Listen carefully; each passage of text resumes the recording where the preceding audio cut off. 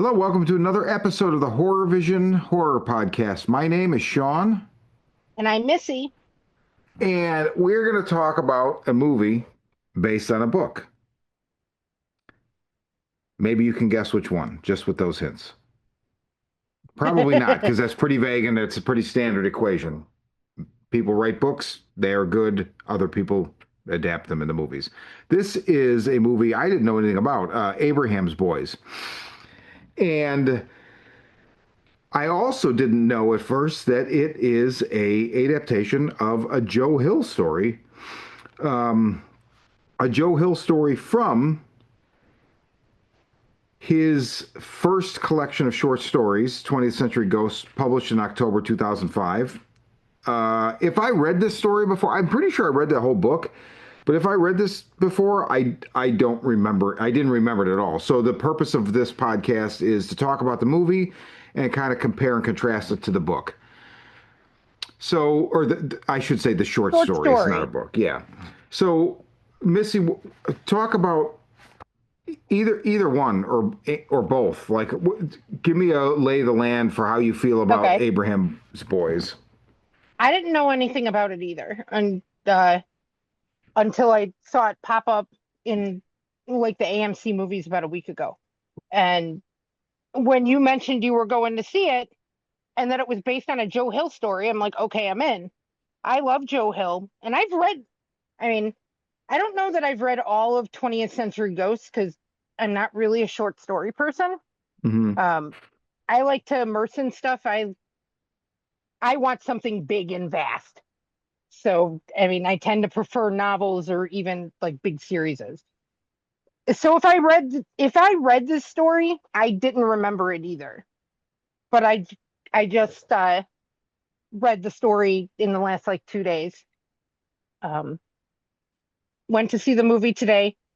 Y- You had told me it was a slow burn. I wasn't sure how I was going to feel about it, but I figured I trust Joe Hill, and I mean, while I'm not a period piece person, I love monster hunters, and I've always liked like Van Helsing stories.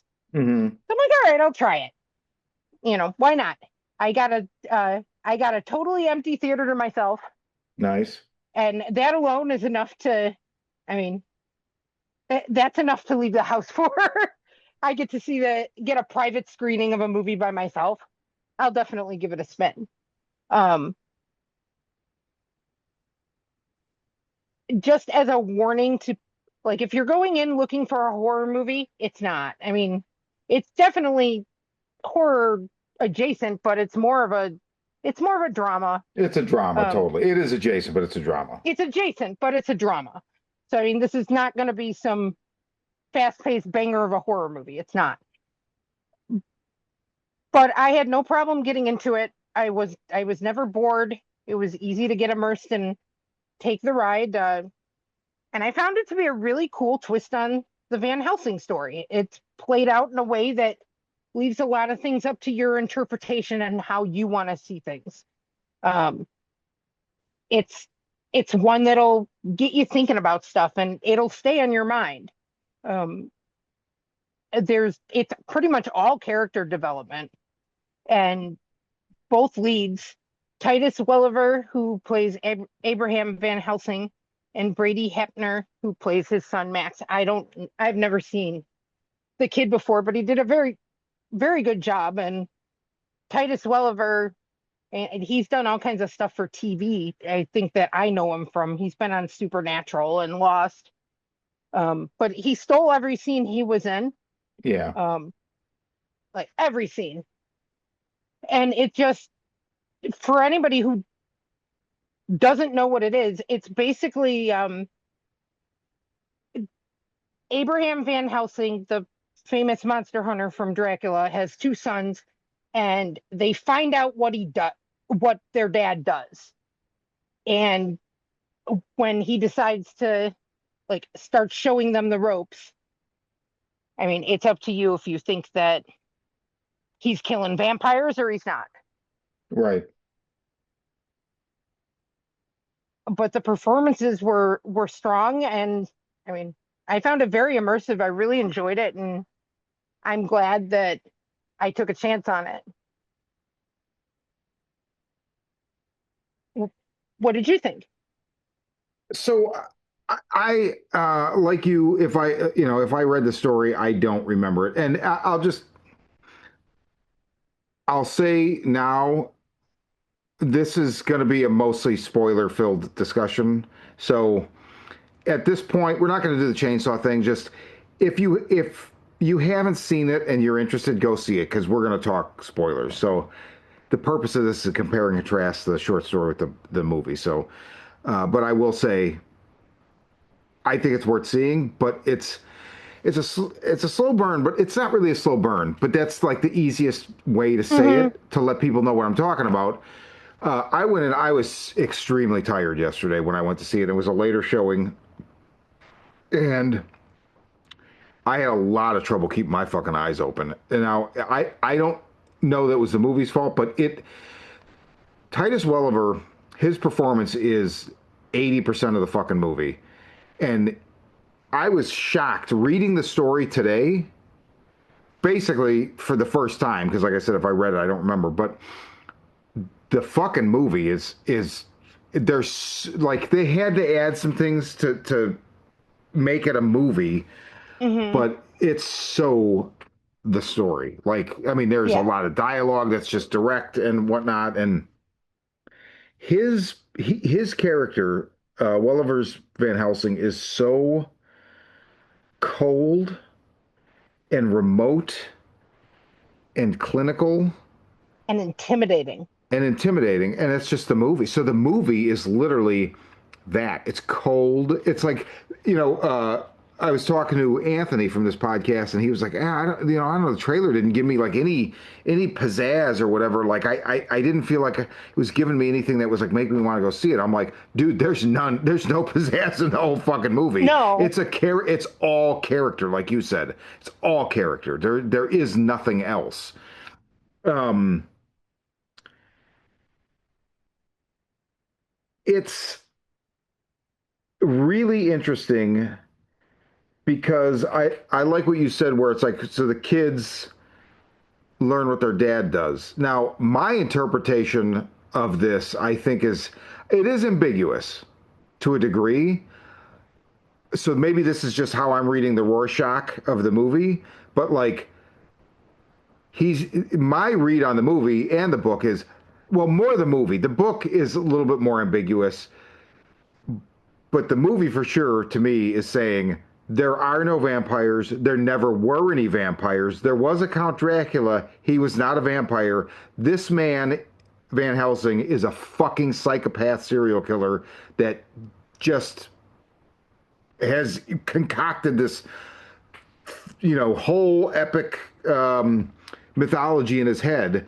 And there's a key scene in this where you kind of start to understand this that there's like wait is he nuts is it and then the guy okay I think it's Arthur if listeners if you know the Dracula story so there's Mina and there's Lucy right and then the gentleman that was going to marry Lucy I think it's Mm-hmm. Arthur It is. he shows up at their house and the idea here is that Van Helsing married Mina after Harker died. They moved to Amsterdam and then they moved to California and it's undeveloped. It's like basically live out in the middle of a fucking desert.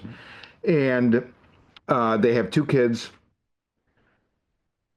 And Arthur shows up and he's like, I've traveled across the sea to come and see you, Van Helsing, because I need to know. I can't sleep. Am I a murderer? You're nuts. Like you everything you said was bullshit. And I mean, it's that right there. I thought that was such a great scene because I was like, oh shit. And then there's the scene in the basement and you see the woman from the beginning and there is ambiguousness, but then the very end, as they're killing him, the boys are killing him. He's like, now you see me for what I am. And I felt like that was him just saying like, I'm a fucking serial killer. Fuck you. Go ahead and kill me. How do you feel about I, that? Am I nuts? I mean, no, it's definitely, I can definitely see that point of view. Since we're going spoilers, I love the movie Frailty. And when I watched this, Oh yeah. it's a lot like that. I don't firmly have one foot in either. And that's what I've always loved about Frailty. When that movie ends, it's kind of the same thing. The father thinks he's killing demons and teaches his sons. And it's up to you whether you believe that, he's a psychotic serial killer or he's actually killing demons. And I like that it's left open like that. In that case, I've always kind of leaned towards the supernatural. And here, I guess I still want to Hmm. believe, the Count Dracula vampire side of it all. But either way, it doesn't matter. I don't think that's the heart of the story. I don't think it matters if it was real or not. It's up to you. Like, Yeah. I think the whole point is that you decide. And that's one of the things that I've always liked about those kind of stories. It's based off a pretty short story, so they have to build on it a lot. Yeah. But I mean, this is the format that I've always said works best for Stephen King adaptations too. Take something short and build on it. Don't take something big and strip it down. Well The said. things they added or changed, they captured the heart of the story. Oh, Absolutely. yeah. And the things they changed, some of it made it more visual and streamlined for audiences. The things they changed, I think, work better for film, but they didn't change anything that compromised Joe Hill's story, I don't think. Not at all. I think this is such a faithful adaptation.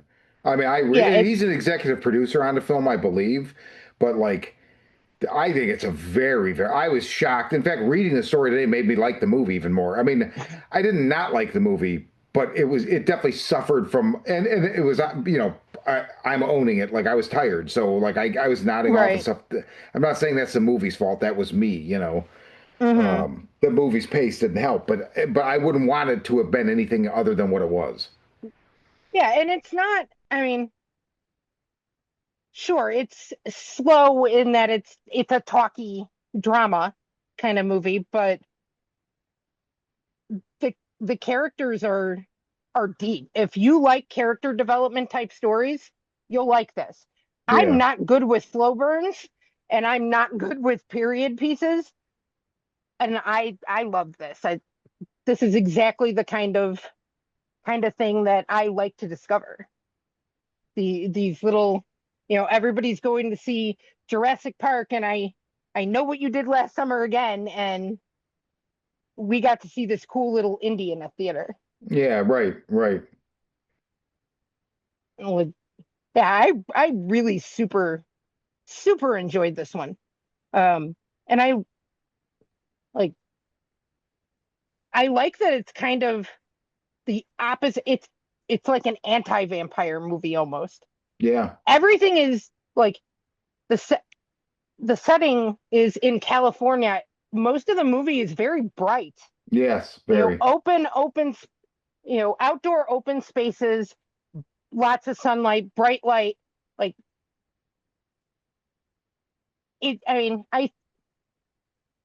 I think this story is kind of leaning that they want you to think he's a psychopath, but I mean, I think it works either way. I, it does. I think the Hill story, it's more ambiguous, but it's saying like whether or not he kills vampires. I think He's still it's a kind. Yeah, it's like saying like in order to be the monster hunter, you have the monster killer, you he become a had to monster, become right? one.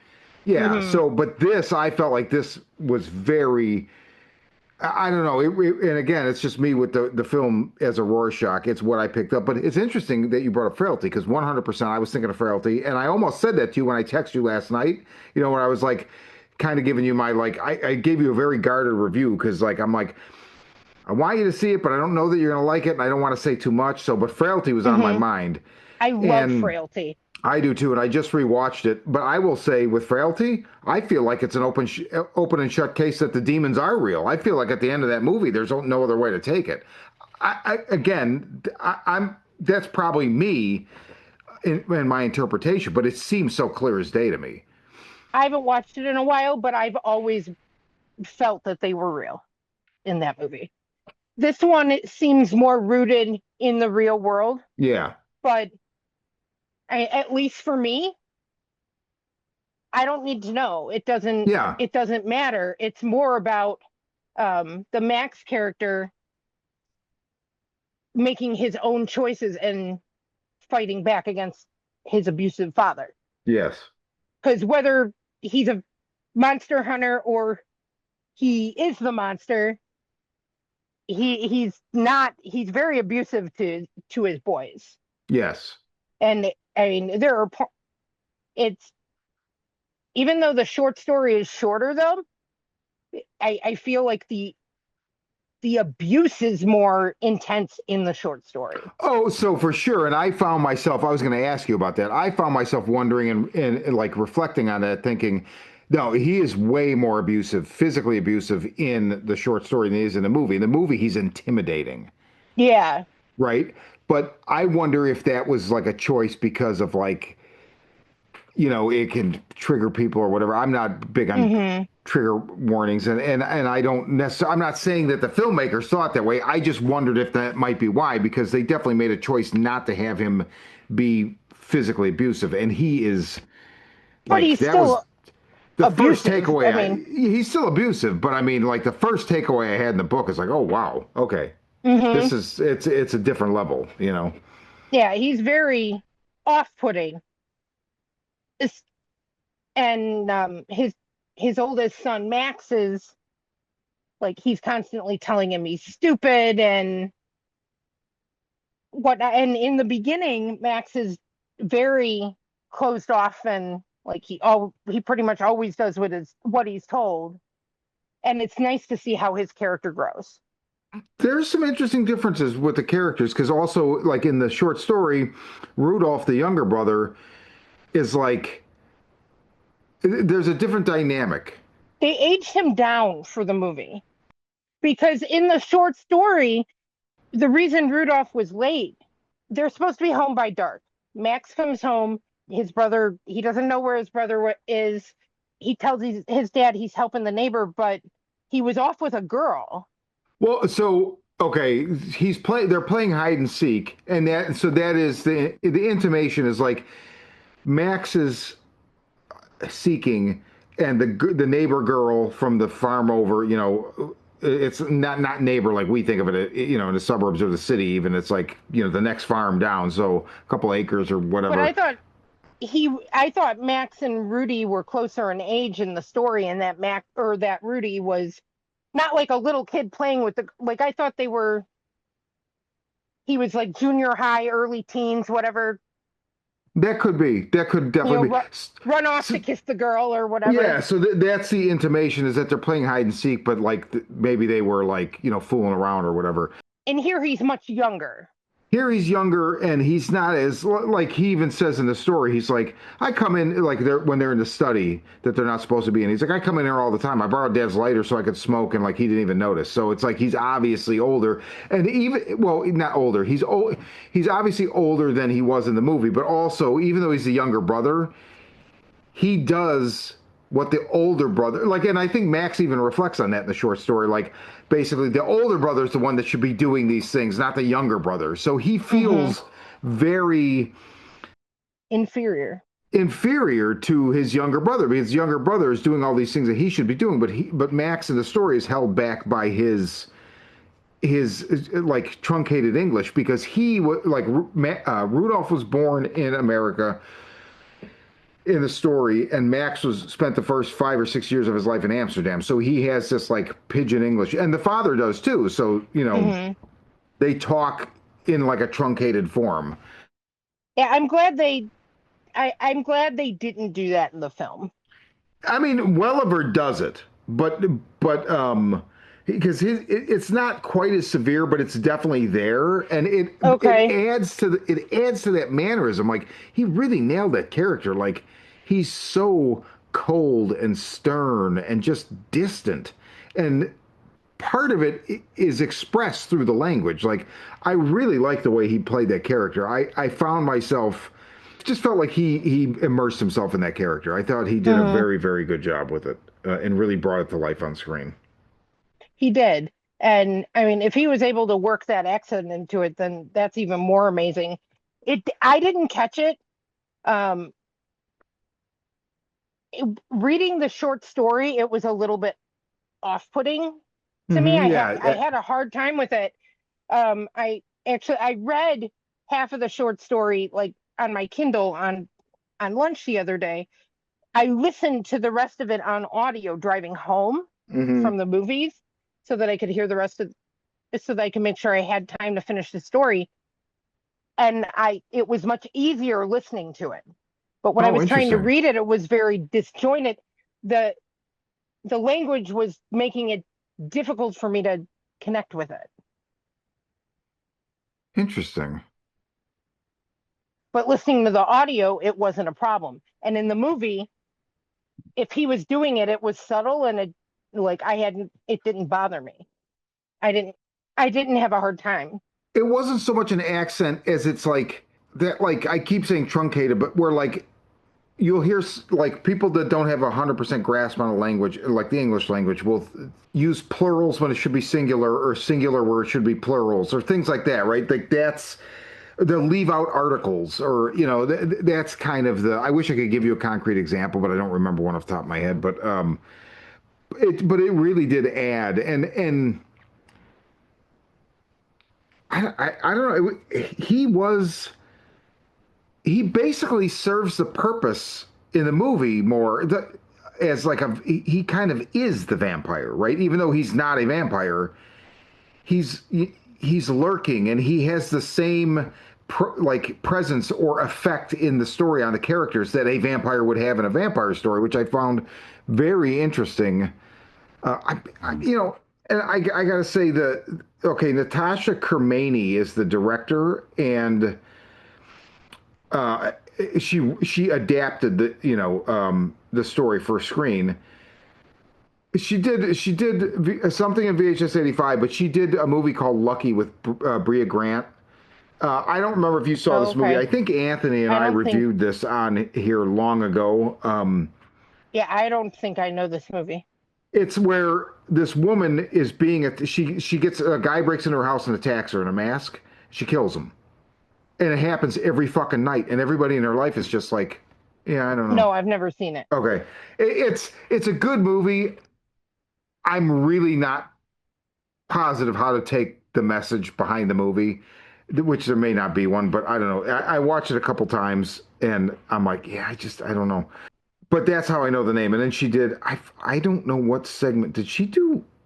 I, oh, she did the Techno God segment in VHS 85. I thought she did a fucking awesome job with this movie. I just can't say it enough. And actually, this is interesting.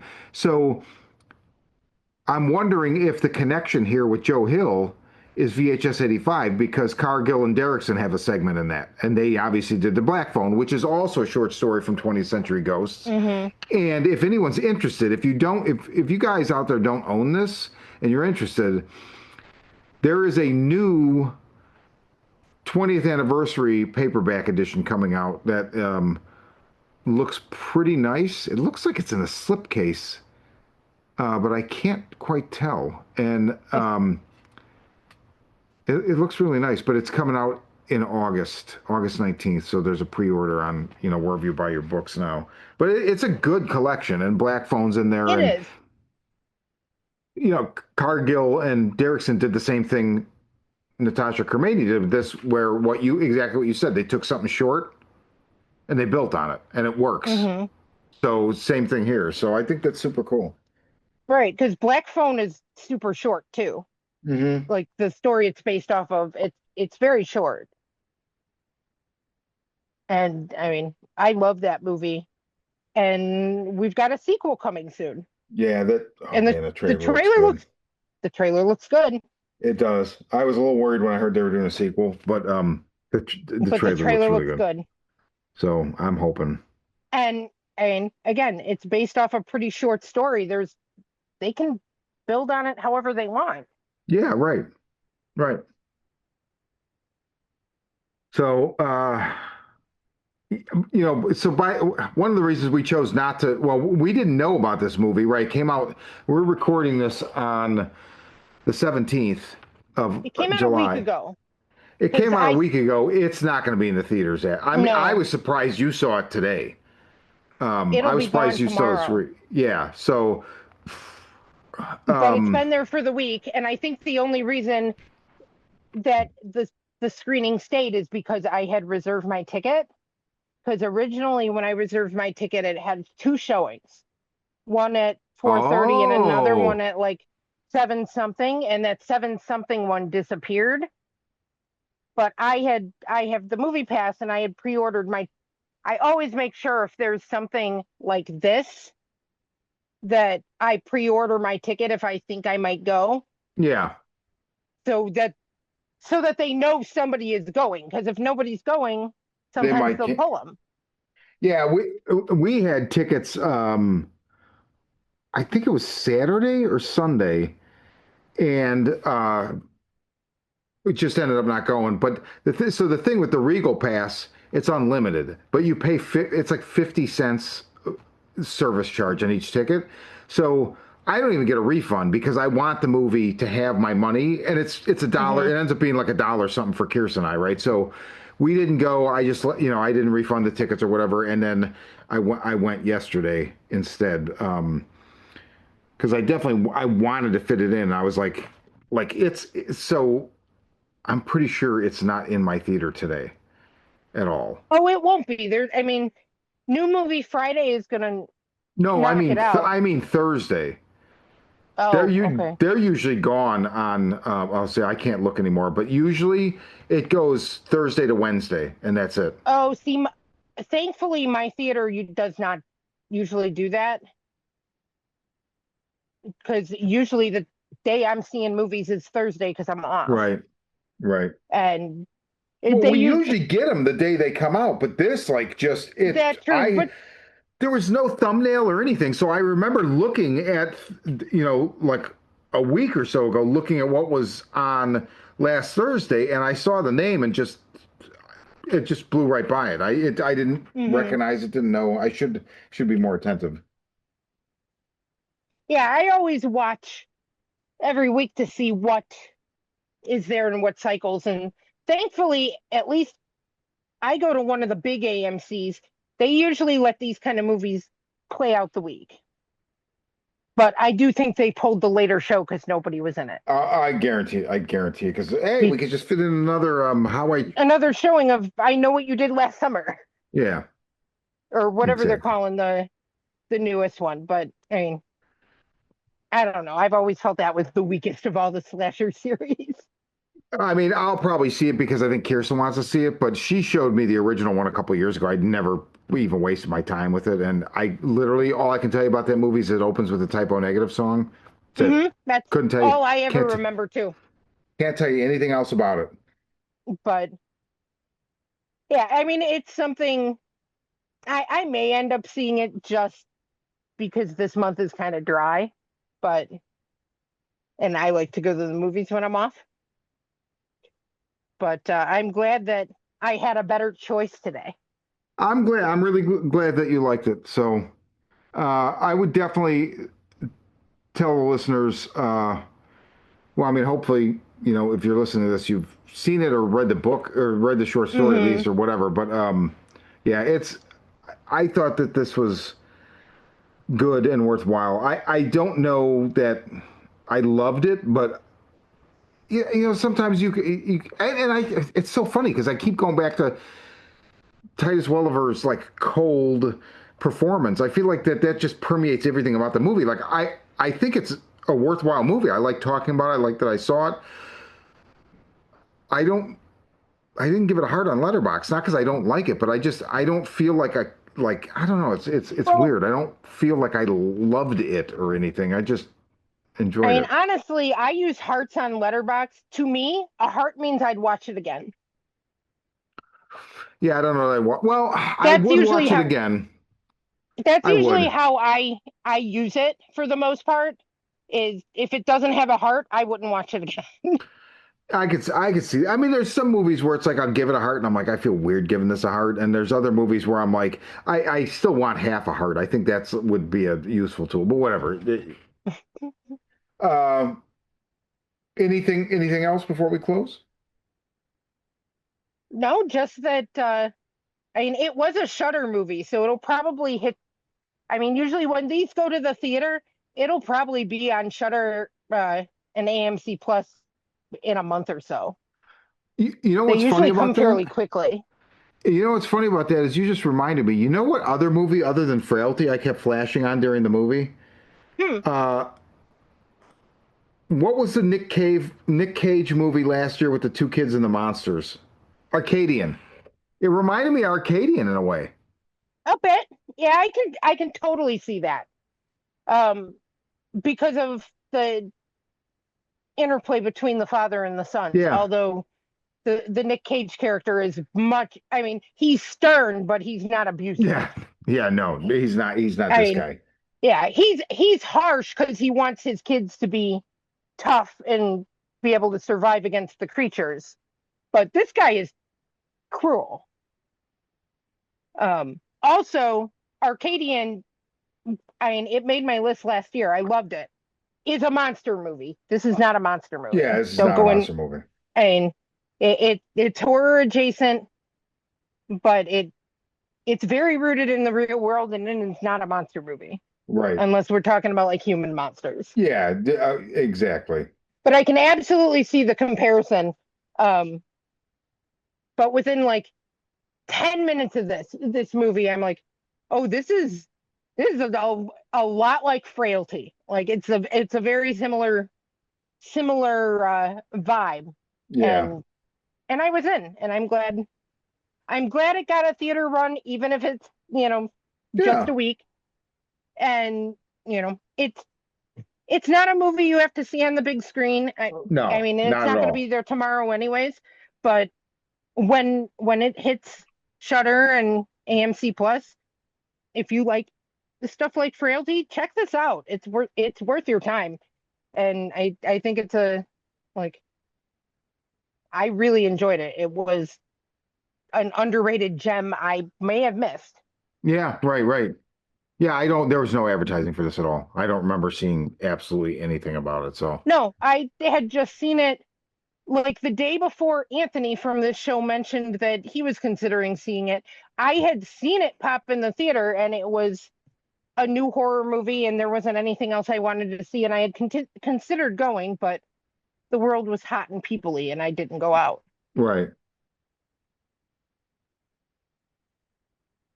Well, yeah. So that's Abraham's Boys. Natasha Kermani, Joe Hill, and this is a Horror Vision, and I'm Sean. And I'm Missy.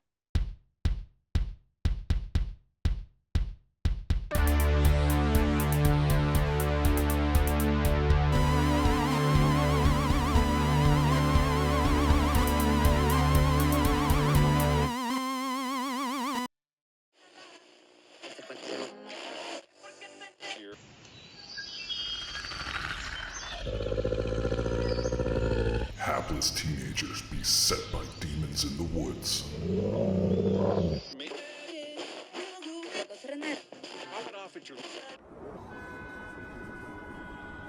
A strange new drug that turns art into murder.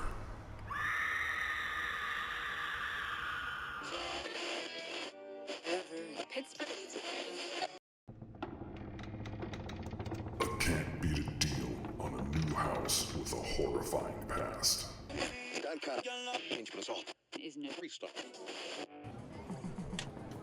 A video game that might usher in the apocalypse.